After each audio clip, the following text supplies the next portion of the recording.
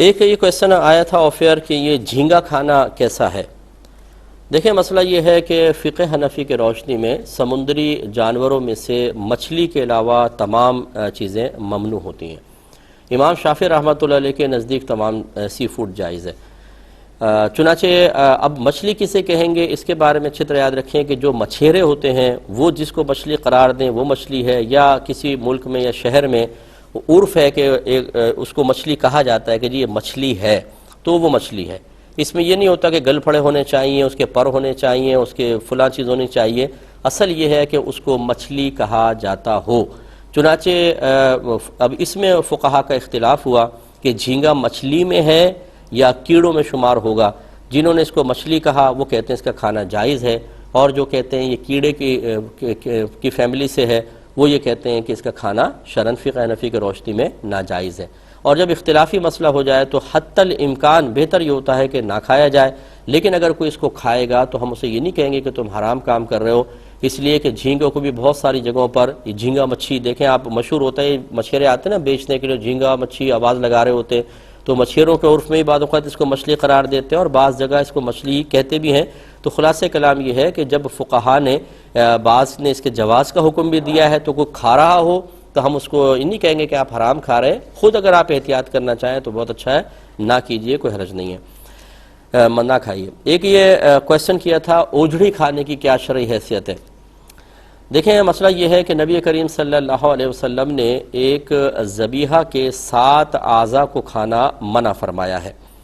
اور ان 7 اعضاء میں اوجڑی کا ذکر نہیں فرمایا، لیکن فقہا نے دیکھا کہ جن 7 اعضاء کو سرکار نے منع کیا ہر ایک کے اندر ایک چیز مشترک ہے، اور وہ یہ کہ اس عضو کا کسی نہ کسی گندگی سے اتصال ہے، تو بس انہوں نے یہاں پر قیاس کر کے اوجڑی کو بھی منع کیا کہ 7 چیزیں تو نبی کریم صلی اللہ علیہ وسلم نے صراحتاً منع فرمائیں، لیکن چونکہ اوجڑی کا ذکر تو نہیں ہے لیکن یہ بھی گندگی سے متصل ہوتی ہے، لہٰذا ہم اس کو بھی شامل کریں گے، لہٰذا فقہا نے پھر منع فرمایا کہ اوجڑی کھانا منع ہوگا۔ نبی کریم صلی اللہ علیہ وسلم نے جن 7 اعضاء کو کھانا منع فرمایا اس میں تو اوجڑی شامل نہیں تھی، لیکن چونکہ ان 7 اعضاء میں سے ہر ایک کا گندگی کے ساتھ اتصال نظر آیا تو پھر فقہا نے اسی علت کی بنا پر اوجڑی کو منع کیا۔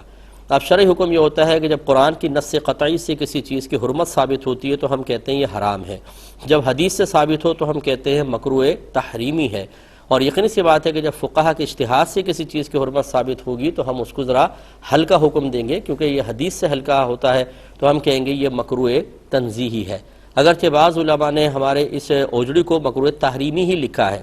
اس کی وجہ غالباً پھر یہ ہے کہ انہوں نے قیاساً نہیں بلکہ دلالت النص سے ثابت فرمایا، اس سے پھر اس کا حکم قیاس سے قوی ہوتا ہے۔ لیکن یہاں ایک مسئلہ یہ ہے کہ اب اوجڑی بہت ہی زیادہ کھائی جا رہی ہے۔ میں خود لاہور میں دوران تعلیم طالب علمی وہاں رہا ہوں، اور وہاں میں نے دیکھا صبح ناشتے ہوتے ہیں،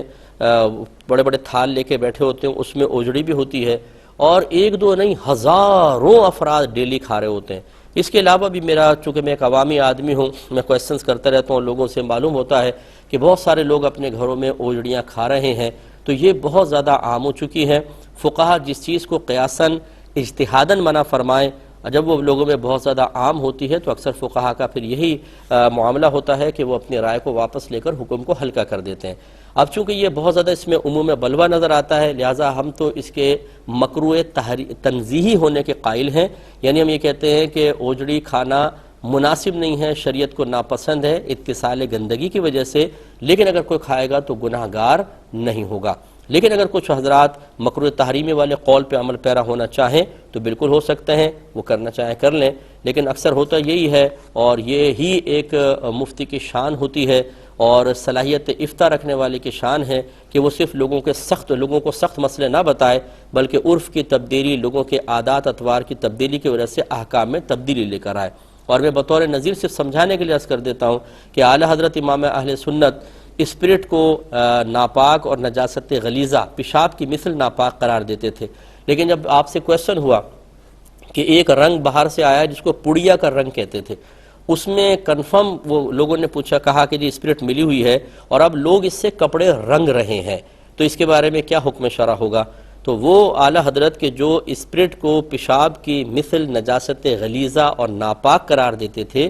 آپ نے اس کے بارے میں جواز کا حکم دیا، اور بنیاد بنایا عموم بلوا کو،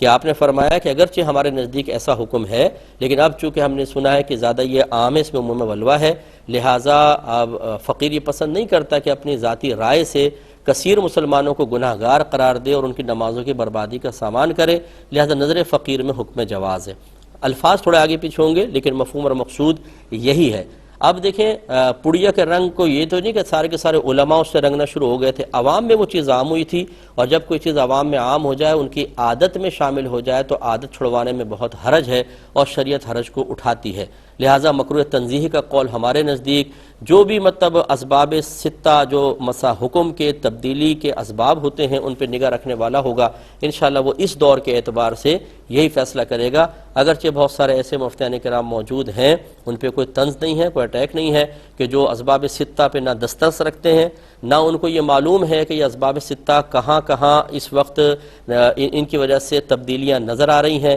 بس وہ جیسا کتابوں میں لکھا ہوتا ہے ویسے آگے بیان کرنے کو کافی سمجھتے ہیں۔ بلکہ ہم جیسے اگر کوئی فرد ہے جو ان چیزوں پہ نگاہ رکھ کر اور مزاج شرع کو بنیاد بنا کر کوئی رعایت دینے بھی لگے تو وہ ہم پر اٹیک کرنا شروع کر دیتے ہیں۔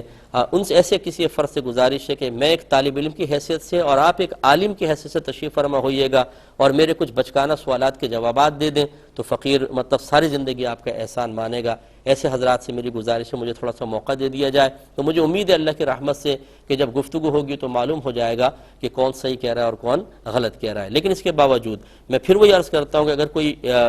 بزرگان دین کی کوئی بات لکھی ہوئی ہے اس کو بے عینی ہی کوڈ کرتا ہے، اس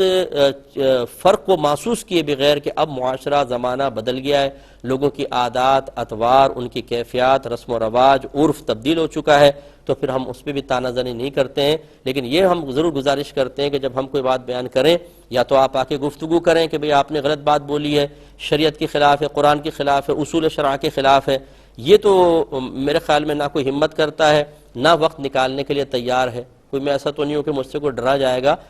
کہنے کا مطلب یہ ہے کہ یا تو بعض تو ہمت نہیں کر پاتے اور بعض وقت نکالنے کے لیے تیار نہیں ہے، لیکن طنز کرنے کے لیے اور پبلکلی اس طرح کے مسائل کو ڈسکس کر کے کسی پر اٹیک کرنے کے لیے تیار ہے، حالانکہ یہ بہت بڑا گناہ ہے اور یہ بہت ہی غلط چیز ہے۔ اس لیے ہماری گزارش یہ ہے کہ یا پہلے ان تمام اسباب سبعہ یا اسباب ستہ پر اچھی طرح نگاہ رکھ کر ان کی روشنی میں جو مسائل میں جدید دور میں تبدیلیاں آئی ہیں اس کو دیکھیں، پھر ہمارے اس بیان کردہ مسئلے کو جب انشاءاللہ سنیں گے تو فرق واضح طور پہ نظر آئے گا۔